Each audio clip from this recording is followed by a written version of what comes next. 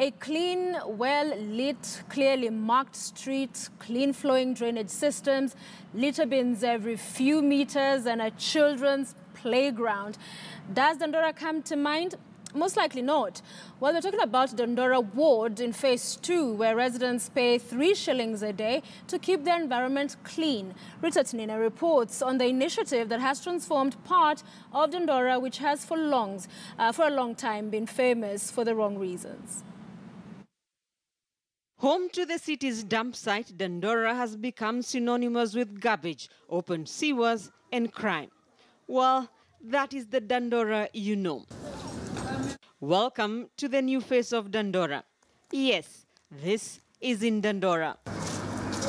A place with a paved street, clearly marked bumps and zebra crossing signs. A place where colorful litter bins line the streets. A place where trees, complete with protectors, are blossoming. Here, you will find children cycling on the street, women basking in the sun. Here, you will find parking space. That was in May 2013, when 3 people formed Mustard Seed, a community-based organization. They started cleaning up one court in Dandora as volunteers.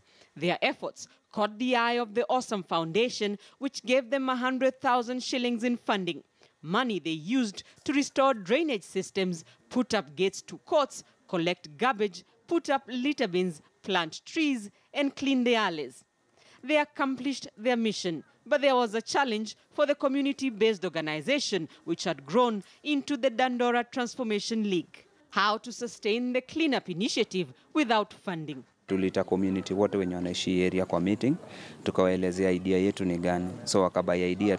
The idea was to have the residents pay to keep their environment clean and safe, and while at it, offer employment to the youth.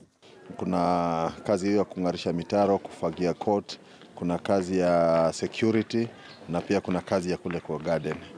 All that for 3 shillings a day or 100 shillings per month per household. Kwa shilingi 100 tunagawana shilingi 50 inaenda kwa security anayechunga usiku, shilingi 30 inaenda kwa anayofanya usafi, na 20 shillings tunaweka in case of maintenance, kitu yote ki breakdown kama swings, gates. Then there is this model street. It was paved through the Community Development Fund, but is maintained by contributions from traders who part with 30 shillings a week. Vijana wakishaenda wafagie, ikifika saa 10 na walid na risiti, juu tuko mpaka na risiti, tunapewa 30 bob kwa kila biashara, then tunawapatia risiti. So hiyo 30 bob ndio at least hao vijana wamefagia, tunawalipa. But it hasn't been just about cleaning up. The Dandora Transformation League has managed to reclaim several open spaces that had been turned into churches, dumping areas, or even bars. Children now have somewhere to engage in their favorite activity.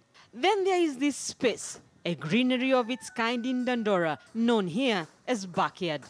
Vijana wa Mustard Seed Court wanaweza wakabenefit kama youth group, ambapo wanahaya ile space kwa kama kupiga picha za harusi, za birthdays.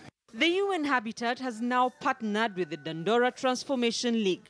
There are 120 such courts here in Dandora, Phase 2, Ward 2. Courts given symbolic names, such as United Court, to reflect the unity necessary for the success of the cleanup. Ambassador Court, with residents hoping to promote cleanliness in other areas. Believers Court, for residents who have believed in themselves, to Mustard Seed Court, symbolizing the small start of the initiative that has now transformed the neighborhood. Mtaa pia vijana walikuwa nakufa sana, kuuliwa, wizi, pigo risasi, mob justice. Sasa tunaweza maliza mwaka hata tujasikia risasi. This model street is cleaned every Saturday, while twice a week the litter bins are emptied and court alleys and drainage systems cleaned. All this without any support from the county government. Tumekutana na viongozi, minister wa environment wa county, tumekutana na wa planning, wote wametembea hapa. Lakini ukweli ni kwamba hatujaipata msaada hata wa shilingi 1 kutoka kwa county katika hii shughuli. In fact, at some point, the county was seen to frustrate efforts by residents. Hata kufagia tu Ilikuwa mwanzo pale lazima watupatie barua kwamba wametupatia ruhusa tufagie, kwa sababu wanauliza unafagia mtaa kama nani? Hiyo si kazi yako, ni kazi yao. Wanauliza vile na wao wakati ule wafanye ile shughuli. The Dandora Transformation League won the Dubai International Award for the best practices to improve the living environment.